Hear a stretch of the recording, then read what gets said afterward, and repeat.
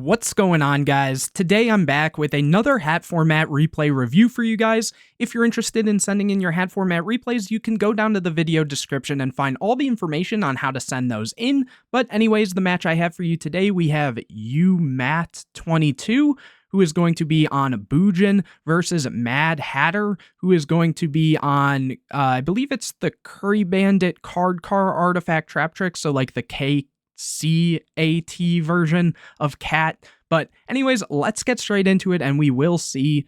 Here it looks like Matt will win the rock, paper, scissors. So starting out, opening hands, we see Bujin, Mikazuchi, Upstart Goblin, Forbidden Lance, Yamato, and Quillen. And on the other side, we do see the Curry Bandit, Traptrix, Mermail, Max C, Breakthrough Skill, and Dianea. So pretty solid hands from both players. Obviously, anytime you see Yamato in Bujin's, plus a Mikazuchi and something to send, that's not bad, and the Lance is protection. And even on the other side, seeing the Curry Bandit is pretty solid, and seeing the Mermail plus Dianea already. But anyways, here Matt draws a copy of Honest, so that's really good too.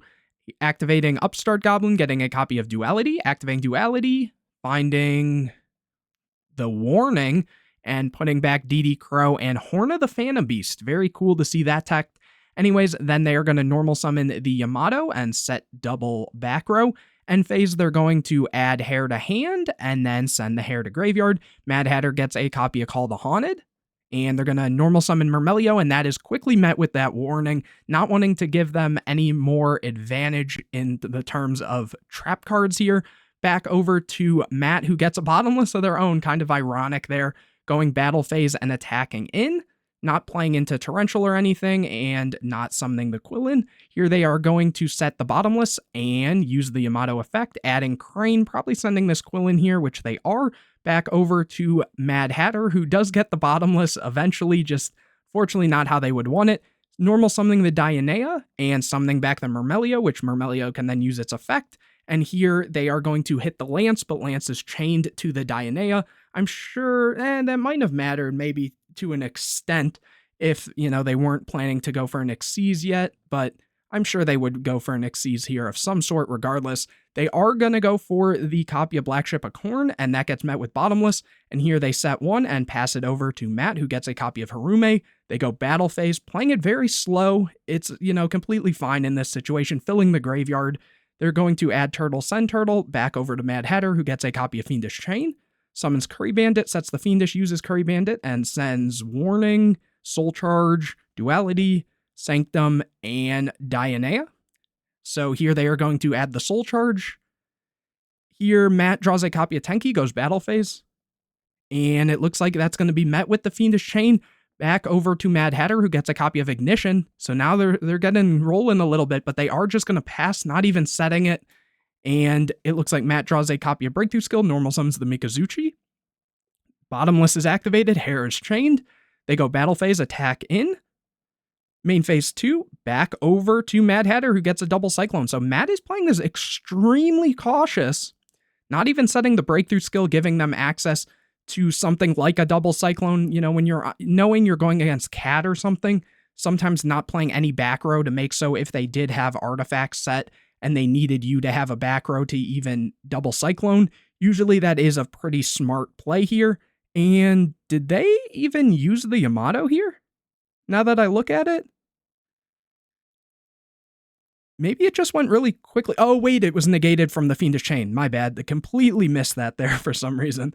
But anyways, over to Mad Hatter, who is going to use the Soul Charge here. And they're going to go for Dianea and Mermail.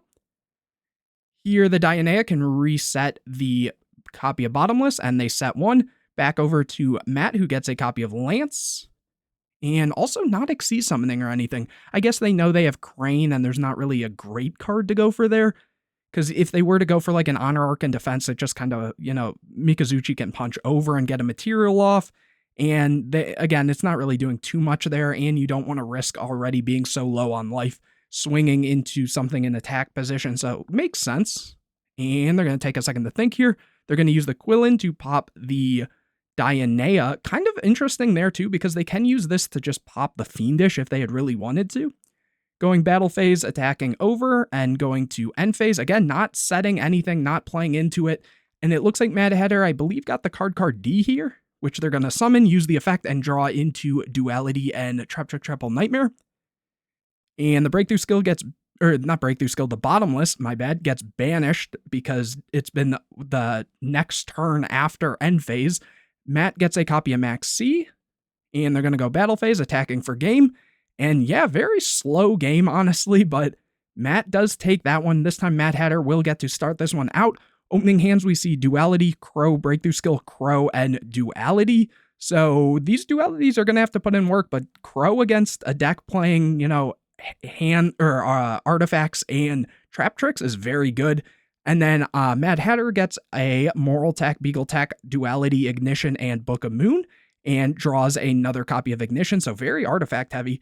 Activating the Duality, and what are they going to take here? They are going to take the copy of Double Cyclone, putting back the Debunk and Compulse here. After that, they are setting 5 and passing it over. Matt gets a copy of Turtle, and they're going to go Duality, revealing Mikazuchi, Upstart A, and Dark Hole, taking the copy of Mikazuchi and putting the rest back. And it'll be interesting to see if they go for the Mikazuchi here, which they are going to summon and go to battle phase here. Ignition's going to be activated. And I guess they were talking about the ruling there, which, yes, if you have full sets, you can Ignition pop your own set. That's exactly how it works. You wouldn't be able to pop the opponent's sets or anything like that. So here, popping Beagle Tack, setting a Moral Tack.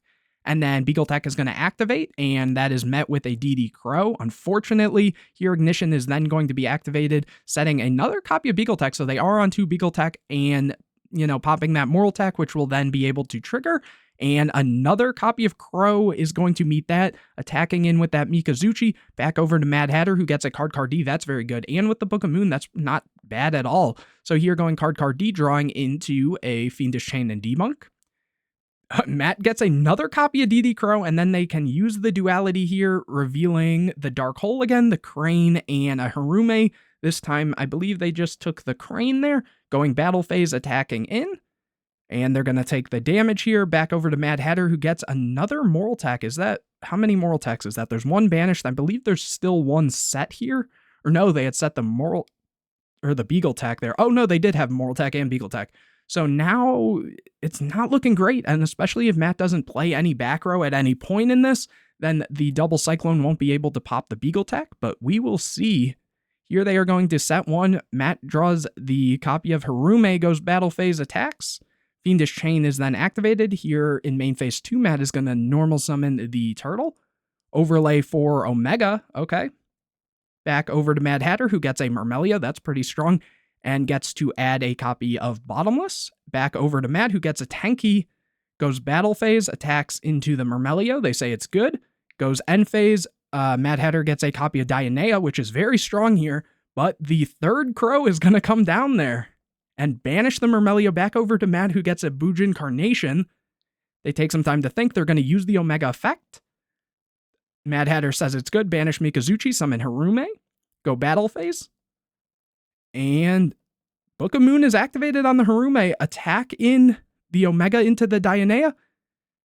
Yeah, Mad Hatter's going to have to do something here, and they just scoop it up. They couldn't do anything. Yeah, Matt showed a really great example of playing it a little slower, but not playing into all the back row removal type cards that H.A.T or KCAT or whatever you want to say usually needs to play, especially KCAT specifically, because KCAT doesn't play the hands and stuff, they have a lot less pressure if they're not able to pop their artifacts and stuff.